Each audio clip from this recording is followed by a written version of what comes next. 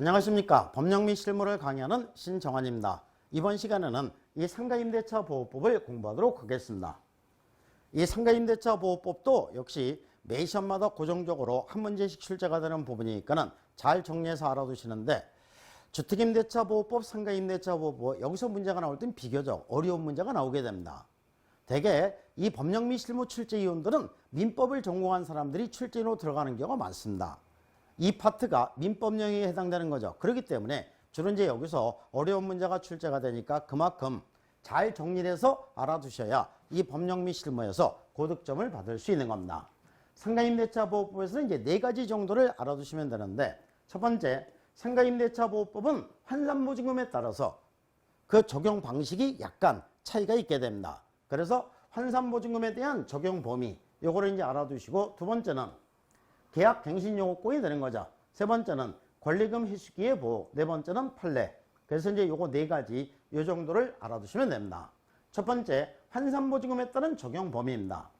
그래서 이제 상가임대차 보호법은 환산보증금이 얼마냐에 따라서 그 취급이 틀려지게 되는데, 2개의 선이 있게 됩니다. 위에는 환산보증금 서울특별시를 기준했을 때 9억이 되고, 밑에는 6,500만 원 이하 중에서 2,200까지가 최우선 면제가 되는 겁니다. 이렇게 되는데 이건 이제 서울특별시를 기준으로 한 겁니다. 서울특별시를 기준으로 한 건데, 그럼 이 환산보증금에 따라서 이 적용 범위, 이 환산보증금 전부 다 외워야 되니, 아직까지 못 외우셨으면 이거 외우려고 고생하시지 말고 이 서울특별시 정도, 이 정도만 이제 알아두시면 됩니다. 이 정도만 알아두시면 되는데, 환산보증금이 6,500만 원 이하인 경우에, 6,500만 원 이하인 경우에는 이제 요건을 다 구비하고 있다는 전제입니다. 최우선 면제 인정이 되고, 우선 면제도 인정이 되고, 최우선 면제 얼마까지 되는 겁니까? 2,200까지 최우선 면제가 되는 거고, 우선 면제도 인정이 되고, 계약갱신요건도 인정이 되는 겁니다. 환산보증금이 6,500 초과 9억 이하의 영업용허물의 임대차, 최우선 면제는 인정이 안 되는 거죠. 우선 면제 인정이 되고 계약갱신요건도 인정이 된다. 그 다음에 환산보증금이 9억 원을 초과하는 영업용허물의 임대차, 최우선 면제, 우선 면제, 보증금 보장은 전부 다 인정이 안 되는 겁니다. 그런데 계약갱신요건 등이 인정이 된다. 계약갱신요건 등이 인정이 되는데, 요건 이제 3가지가 인정이 되는 겁니다. 대항력이 인정이 되고, 계약갱신요건이 인정이 되고, 권리금 회수기의 보호가 적용이 된다. 특히 계약갱신요건이 인정이 되는데, 환산보증금이 9억을 초과하는 경우는, 원래 이제 그 계약이 갱신됐을 때 증액 청구 제한 규정이 있죠.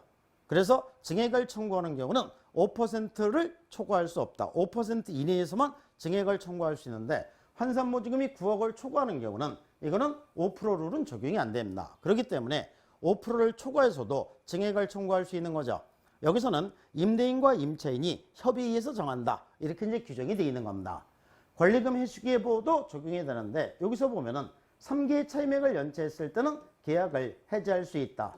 이것도 역시 환산보증금 9억을 초과하는 경우에도 적용이 되는 거죠. 그래서 이제 요 세 가지가 요게 이제 적용이 되니까 요게 포인트가 돼서 문제가 나오는 경우가 있을 수 있으니까 요거 3가지를 잘 알아두셔야 된다는 얘기입니다.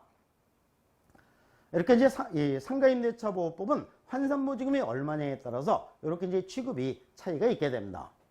그 다음에 이제 두 번째는 계약갱신요건입니다. 계약갱신요건은 임대인이 임대期간이 종료되기 6개월 전부터 1개월 전까지 사이에 임대인에 대해서 계약갱신을 요구할 수 있는데, 그러면 임대인은 정당한 사유 없이 이를 거절하면 안 된다는 얘기입니다. 계약갱신 기간은 최초 임대기간을 포함해서 10년까지 계약갱신이 인정이 되는데, 여기 이제 그 전에 5년에서 10년으로 바뀐 거죠. 10년으로 바뀌고 아직까지 시험에 한 번도 안 나왔으니까 이번 시험에는 요거 10년 시험에 나올 가능성이 높은 겁니다. 그래서 이제 작년에 한참 사회를 떠들썩하게 했던 궁중욕발 사건에 의해서 요게 이제 10년으로 개정이 된 겁니다. 또한 임대인은 계약갱신을 거절할 수 있는 이런 사유가 있게 되는데, 여기서 이제 특징만 살펴보면, 임차인이 3개의 차임액에 달하도록 차임을 연체한 사실이 있는 경우 계약갱신을 거절할 수 있고, 임대인이 임차인에게 상당한 보상을 제공한 경우에 계약갱신을 거절할 수 있고, 임차인이 고의 또는 중대한 과실로 임차 건물을 파손했을 때 계약갱신을 거절할 수 있습니다. 그 다음에 이제 기타 이렇게 되어 있는데 갱신된 임대차의 조건은 전임대차와 동일한 조건으로 다시 계약된 것으로 본다. 다만 차임과 보증금에 대해서는 증감액을 청구할 수 있는데 증액을 청구하는 경우는 청구 당시에 차임 또는 보증금의 얼마? 100분의 5 금액을 초과하지 못한다.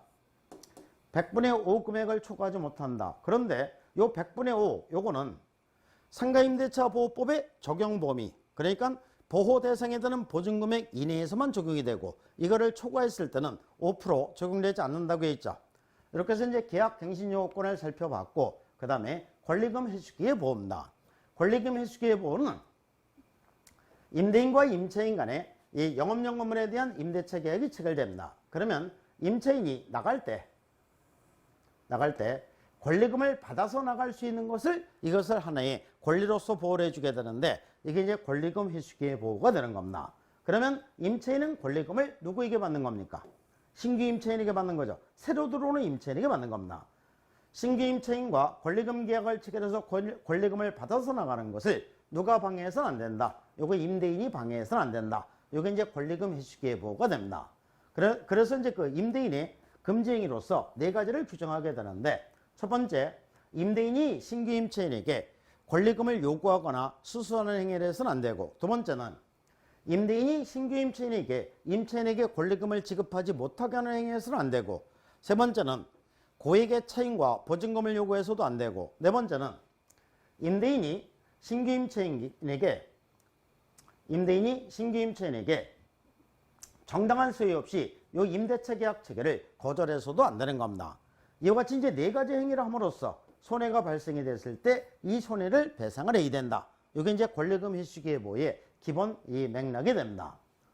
다만 정당한 사유가 있는 경우는 그러하지 아니하다. 정당한 사유는 첫 번째, 계약갱신 거절 사유에 해당하는 경우는 권리금 회수기의 보호는 적용되지 않는다. 그 다음에 이제 임대인이 신규 임차인과의 임대차 계약 체결을 거절할 수 있는 사유가 있게 됩니다. 거절할 수 있는 사유 첫 번째, 신규 임차인이 차임과 보증금을 지급할 자력이 없을 때. 두 번째는 신규 임차인이 임차인으로서의 의무를 위반할 우려가 있을 때. 그 다음에 세 번째는 임차 건물을 1년 6개월 이상 영리 목적으로 사용하지 않을 때.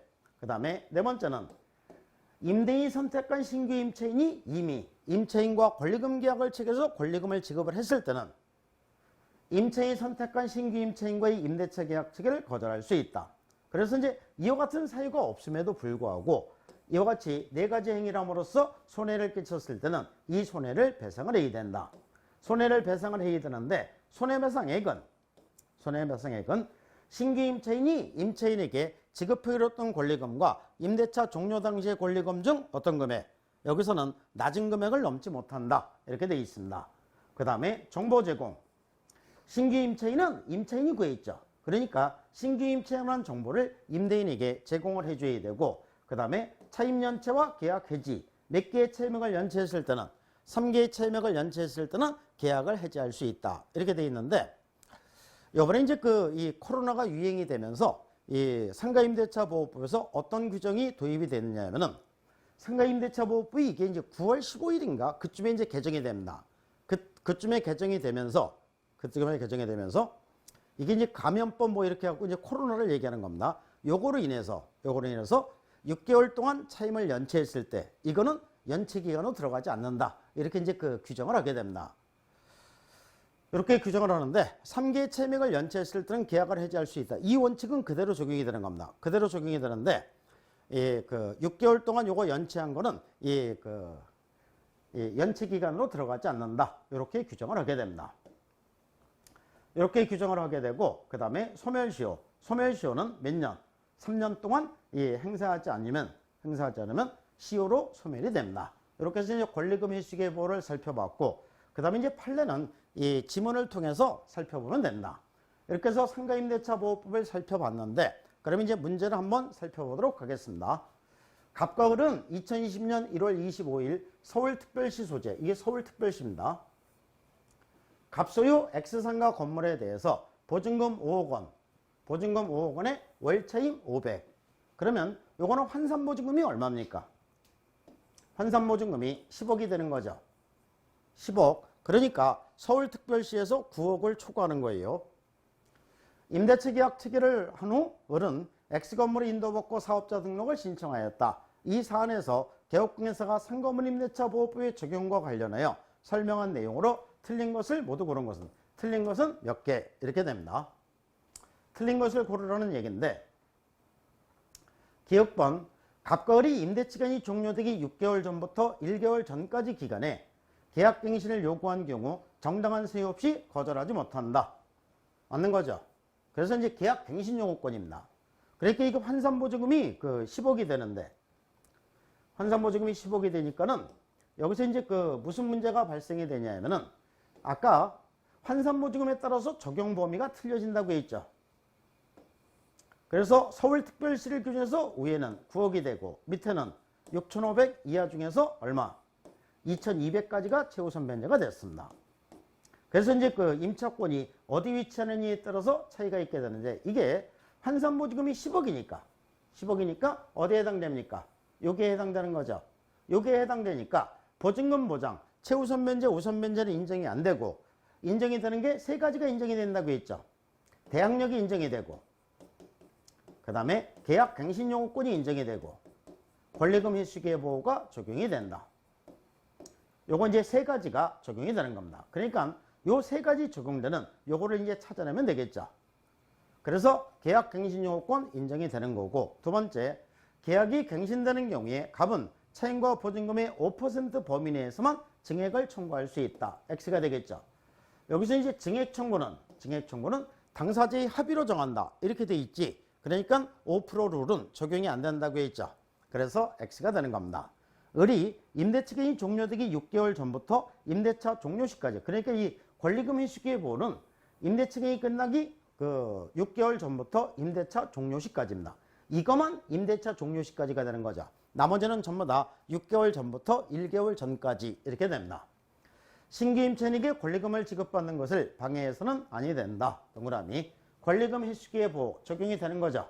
그 다음에 을은 사업자 등록 신청 후 X건물에 대해서 저당권을 취득한 정보다 경매 절차에서 우선하여 보증금을 변제받을 권리가 있다. 그러니까 우선 변제권, 이거 인정이 안 되는 거죠. 보증금 보장은 적용이 안 되는 겁니다. 그리고 요거 세 개만 적용이 된다고 했습니다.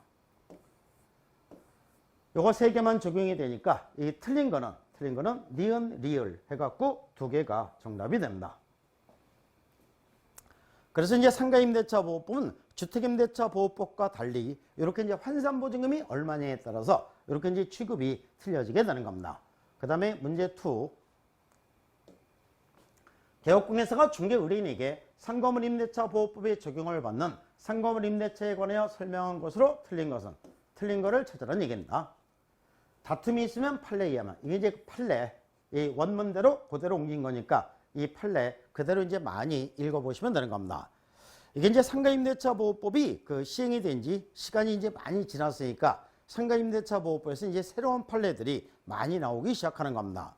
근데 이 판례는 문제가 나올 때 어느 정도 숙성이 된 다음에 문제가 나옵니다. 그러니까 공부하실 때 최근 판례 좋아하시는데 최근 판례는 시험에 잘 안 나오고 어느 정도 지난 다음에 이 문제가 나오게 되는 겁니다. 그래서 상건물 임대차 보호법에 적용되는 상건물의 공유자인 임대인이 임차인에게 갱신거절의 통지를 하는 것은 공유물의 관리행위에 해당하지 아니한다. X가 되겠죠. 공유물의 관리행위에 해당된다. 이게 판례입니다. 그렇기 때문에 갱신거절의 통지도 공유지분에 얼마로 해야 된다? 공유지분에 과반수로 해야 된다는 얘기죠. 공유지분에 과반수로 해야 된다. 그래서 X가 됩니다. 임차인이 상건물의 일부를 임차하는 경우 대항력을 갖추기 위한 요건의 하나로 사업자 등록 신청 시 임차 부분을 표시한 도면을 첨부해야 한다. 동그라미. 그러니까 일부를 임차하는 경우 이렇게 이제 나눠져 있으면은 이 중에서 요거만 임차하는 경우가 있을 수 있겠죠. 이거는 도면을 첨부해야 이 어디를 임대차했는지 정확하게 특정할 수 있다는 얘기죠. 그래서 일부를 임차하는 경우는 도면을 첨부해야 대항력이 인정이 되는 겁니다. 3번. 상가임대차가 갱신된 경우에 증액비를 초과하여 지급하기로 하는 차임에 관한 약정은 증액비를 초과하는 범위 내에서는 무효이다. 동그라미. 무효가 되는 겁니다. 그러니까 이 증액비를 초과하는 거, 즉 5%까지만 증액을 청구할 수 있다고 했죠. 근데 이 5%를 증액을 해서 받았을 때는 이 증액된 부분은 무효가 된다는 얘기입니다. 그렇기 때문에 부당이득으로 나중에 반환을 해야 되겠죠. 4번 소유권 이전 등기 청구권을 보존하기 위한 가등기가 격려된 후에 상거물 임대차 보호법상 대항력을 취득한 임차인이 가등기에 기하여 본등기를 격려한 자에 대해서 임대차의 효력으로서 대항할 수 없다. 동그라미. 이건 가등기는 순위 보존의 효력이 있으니까 가등기에 기해서 본등기를 하게 되면 본등기의 순위는 당연히 가등기의 순으로 소급하게 되는 겁니다. 5번 임대차 계약과 별도로 이루어진 약정 등에 기하여 발생하는 임차인의 채무에 대해서 임대인이 반환할 임대차 보증금에서 당연히 공제할 수 있는 것은 아니다. 동그라미. 판례니까 이제 그대로 알아두시면 되는데, 그래서 이제 1번이 정답이 됩니다. 갱신거절의 통지도 공유문의 관리행위에 해당이 되기 때문에 공유지분의 과반수로 해이지만 갱신거절의 통지로서 효력이 발생이 된다는 얘기입니다. 이렇게 해서 이제 상가임대차 보호법을 살펴봤는데, 이 상가임대차 보호법에서 환산보증금이 얼마냐에 따라서 그 취급이 틀려지는 부분, 그 다음에 판례, 계약 갱신요구권 이런 제도를 잘 알아두시면 됩니다. 감사합니다.